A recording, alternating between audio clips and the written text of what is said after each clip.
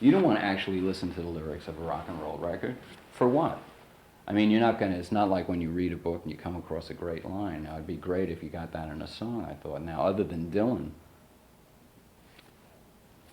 not much there. Elvis Costello has some lyrics.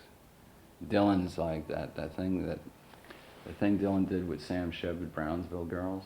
Yeah. I think that is one of the greatest things I've ever heard in my life. I mean, I fell down laughing. I mean, you can listen to that, listen to the words going on, and it's tremendous. How about somebody like Randy Newman?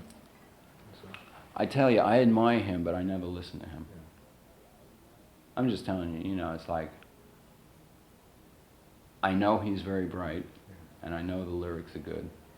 Well, but they're not for me.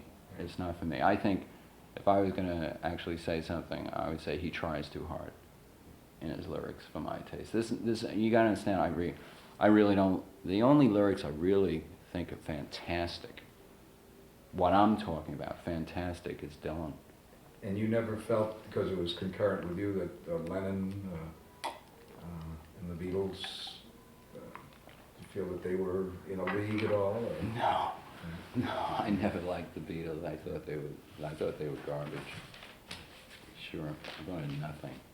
I don't think Lennon did anything till he went solo. When he went solo,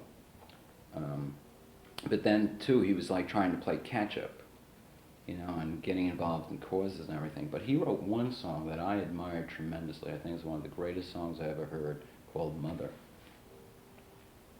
I don't know if you've ever heard it. I know the song because we've been listening to all the Lennon. Now that, I mean, and he was capable of great pop stuff, which is nothing to sneeze at, but when the question you asked me is on another level. I mean, I hope we're not confusing the levels and that we're both talking about the same thing. I think, are we? No, but even if Lennon at his best with that song, or Dylan with his song, did you consider those? No, Dylan's thing has the magic for me of poetry. But yeah, I hope you understand, I'm being very frank with you, and the other problem, Joe, let me tell you something, is that I know what this stuff reads like. Like when I say it to you, like the inflection and everything, like you can get the humanity off it. When you read it in print, it comes off as really snide. Yeah. And I don't want to come off as being snide, because I'm not being snide, but what I'm doing is I'm giving you a really honest answer.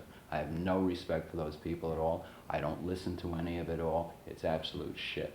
The only one who has any kind of the thing that I'm really interested in is you get it in some Dylan songs.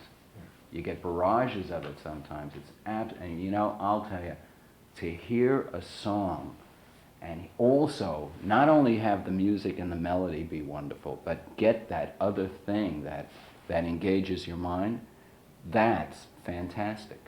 And when you're not doing that, then it has to be replaced by like a visceral physical thing. I mean, that's another kind of rock and roll. And that's great too, you know, like the Stones.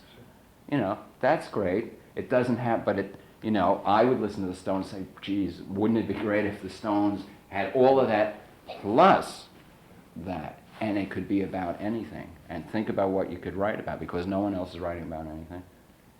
This is of all the talks I've ever had with anybody, this is totally removed. Everybody else has sought and found at one point in their career some great critical and commercial acceptance, and then maybe faded or something else. But how in the world did you deal with, now we're talking 10 years of this incredibly hostile kind of reaction? I mean, it's not that somebody didn't like it, they're writing recommended cuts, none, and things like that. How did you deal with it and keep going? John Rockwell wrote a nice review of it. He said it reminded him, if I recall it correctly, reminded him somewhat of electronic Greek composer named Xenakis, but that maybe I was trying to take my audience too far, too fast. And that was kind of nice. But generally speaking, with all this radio station reaction, record company reaction, how did you get it together and go in and do something else again? Drank a lot. Yeah? Sure.